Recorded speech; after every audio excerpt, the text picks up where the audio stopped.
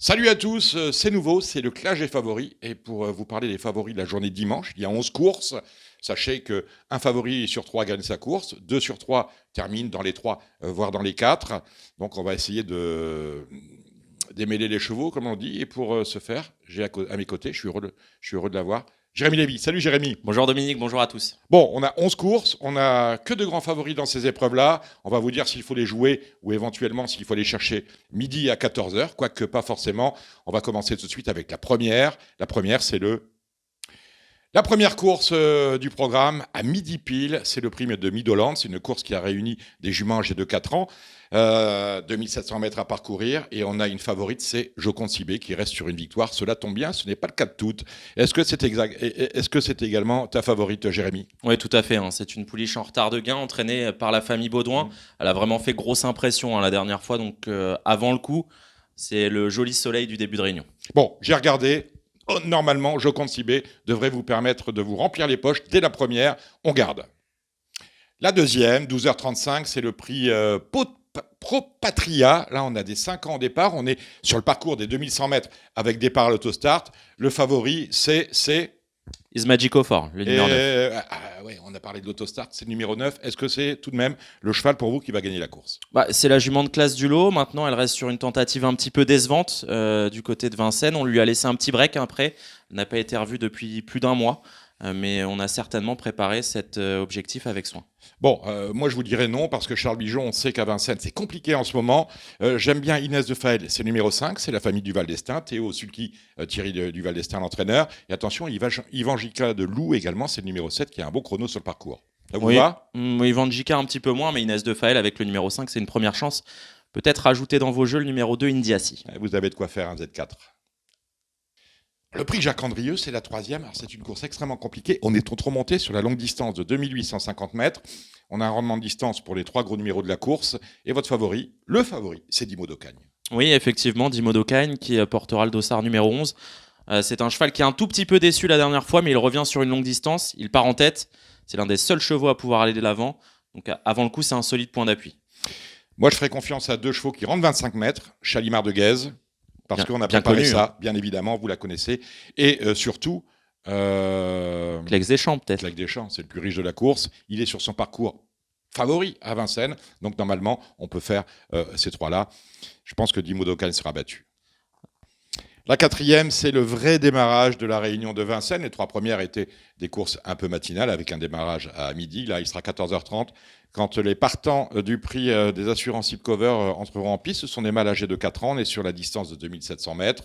Le favori, c'est Jablonski.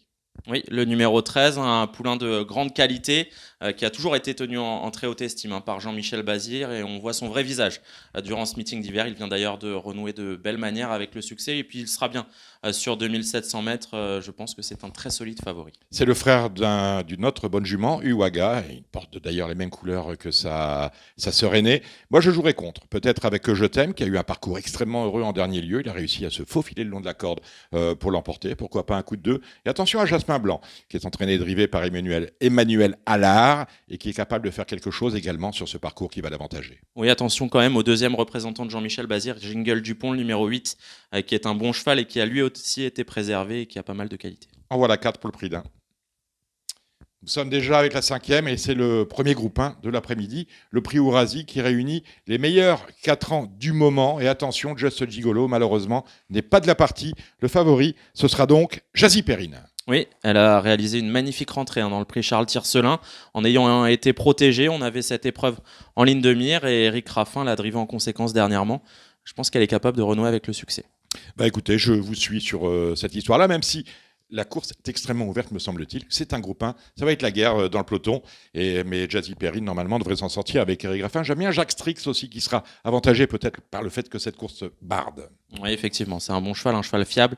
Il y a beaucoup de possibilités et beaucoup de partants surtout. Le prix RMC, prix Camille Blaiseau. Alors là, on a des 5 ans, on est sur la distance de 2175 mètres. Et la favorite, c'est la plus riche, Idéal Duchesne. Oui, elle a repris son sceptre de leader de la génération dernièrement. Elle est en très grande forme, elle a certainement été préparée pour cette épreuve. Maintenant, Idéal Duchesne, on peut peut-être la faire vaciller. Ah, il Il y a un élément qui plaide contre Idéal du Chêne, c'est le parcours. 2175 mètres, c'est celui où elle a du mal à s'élancer. Je dis tout le temps que finalement, le départ en descente désavantage certains concurrents et elle a souvent été disqualifiée. C'est pas ce qu'on lui souhaite sur ce parcours. Autrement dit, c'est vrai, on peut peut-être aller voir ailleurs. Pourquoi pas un achat d'intuition? Oui, pourquoi pas. Voilà. Elle va se plaire sur ce parcours. Moi, j'aime beaucoup Ina Durib, qui est une super jument, mais qui est un petit peu plus à l'aise sur plus long. Et surtout, qui vient de reprendre du moral en courant bien, de belle manière, au trot attelé. C'est le prix d'Amérique The Turf. Alors, il y a un mois de ça, il y avait finalement un grand favori. C'était Idaho Tillard. Il n'y en avait pas d'autres. On parlait peut-être de chevaux qui ne sont pas au départ. Du côté de la Suède, un certain Calgary Games. Bref, il y a un mois, Idaho, c'était le grand favori. Finalement, à la lecture des partants, je vous rappelle qu'ils sont 17, étonnant et non partants. Étonnant qui reportait le numéro 17. Des 17 partants restants, on peut retirer 3 favoris parce que la course est extrêmement ouverte. On a le 2, Orsi Dream, le 6, Idaho de Tillard, et le numéro 9, Hooker Berry. Quel est, à votre sens, le favori le plus fiable, Jérémy Lévy? Bon, je vais pas changer mon fusil d'épaule. Ça fait déjà plusieurs mois qu'on parle d'Idaho Tillard. Et c'est vrai que pour moi, 5 ans, c'est vraiment le meilleur âge pour gagner ce prix d'Amérique. On l'a vu les années précédentes avec notamment Bold Eagle, avec FaceTime Bourbon. On l'avait vu plus tôt avec Offshore Dream.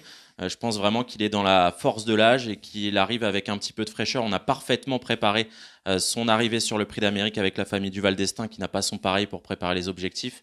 Donc avant le coup, ce numéro 6, Idaho Tillard, est un très bon favori. Alors moi je le retiens, je suis d'accord avec vous, même si je le vois quand même devancé par Orsi Dream, voire par Hooker Berry, 2 chevaux qui vont venir de l'arrière, ce sera le cas d'Orsi Dream et celui d'Hooker Berry. Et attention également à Flamme du Goutier, autrement dit Idaho de Tillard, qui sera à mon avis au niveau de la cote un timide favori, n'a pas gagné d'avance.